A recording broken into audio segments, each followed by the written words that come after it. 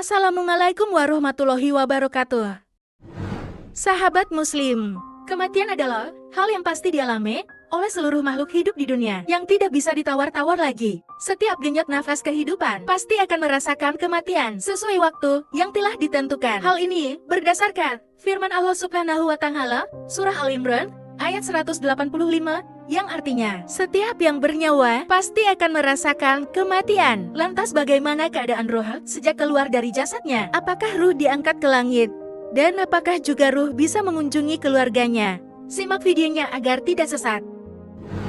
Sahabat Muslim, setelah ruh anak Adam dicabut dari jasadnya, kemudian ruh dibawa oleh malaikat ke langit untuk menghadap Allah Subhanahu wa Ta'ala dan diberitahu tentang daftar catatan amal perbuatannya selama di dunia. Kemudian Allah Subhanahu wa Ta'ala memerintahkan malaikat untuk menurunkan ruh anak Adam kembali ke rumahnya. Kemudian yang malaikat pun turun bersama ruh anak Adam ke rumahnya. Lalu malaikat meletakkan ruh anak Adam itu di tengah-tengah rumahnya, dan ruh pun bisa melihat orang-orang yang berduka atas kepergiannya dan juga orang-orang yang tidak berduka. Sementara ia sendiri tidak bisa terlihat dan juga tidak bisa berbicara. Dan ruh pun bertanya-tanya, siapakah orang yang mereka tangisi dan siapa yang telah meninggal? Setelah dicermati, ruh pun tersadar bahwa yang meninggal adalah dirinya sendiri. Dan ruh pun langsung mengeluarkan keringat dingin melihat keadaan di rumahnya. Saking ngerinya, ruh pun mengira itu hanya mimpi buruk belaka. Sampai ketika jasadnya diiring pelayat ke pemakaman terakhirnya, ia pun mengira ini masih mimpi buruk belaka. Kemudian tibalah saatnya ketika ruh diperintahkan oleh Allah Subhanahu wa Ta'ala untuk masuk ke jenazahnya di peristirahatan terakhirnya. Setelah selesai menguburkan,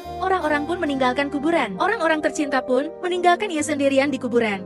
Kini tinggallah ia di dalam kuburan sendirian. Kemudian Allah Subhanahu wa Ta'ala menghidupkan ruh di dalam jasadnya, dan ruh pun membuka matanya, dan ia kemudian merasa senang bahwa ia baru saja terbangun dari mimpi buruknya mengalami kematian. Dan ruh pun membuka matanya, dan ia kemudian merasa lega sekaligus senang bahwa ia baru saja terbangun dari mimpi buruknya yang mengalami serangkaian mimpi kematian tentang dirinya. Namun ia merasa ada keanehan pada bangun tidurnya. Ucapnya dalam benaknya, kenapa di sini terasa gelap sekali? Dan kenapa tempat tidurku juga terasa sempit dan sesat? Ditambah, kenapa di kamarku juga terasa sekali bau tanah dan lumpur? Seketika, ia pun sadar dan ia pun merinding bahwa ia benar-benar sudah mati dan juga dia sedang tidur di dalam kuburan. Sontak, ia pun histeris berteriak sejadi-jadinya, berteriak meminta pertolongan. Namun, orang-orang sudah meninggalkan ia sendirian, dan ia pun menangis terus-menerus sampai mengeluarkan darah, menyesali perbuatan buruknya semasa di dunia. Dan sayang, semuanya hanya sia-sia saja. Setelah mayit menyesali apa yang sudah diperbuat di dunia, datanglah malaikat Munkar dan Nakir guna melaksanakan tugasnya, memberi pertanyaan kepadanya. Jika ruh anak Adam termasuk golongan orang yang buruk dan pendosa, maka ia akan disiksa sampai hancur lebur. Kemudian, badannya disatukan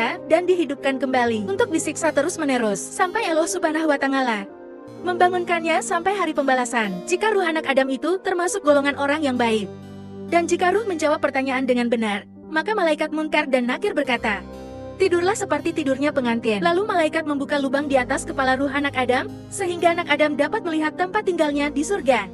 Wallahu a'lam bishawab.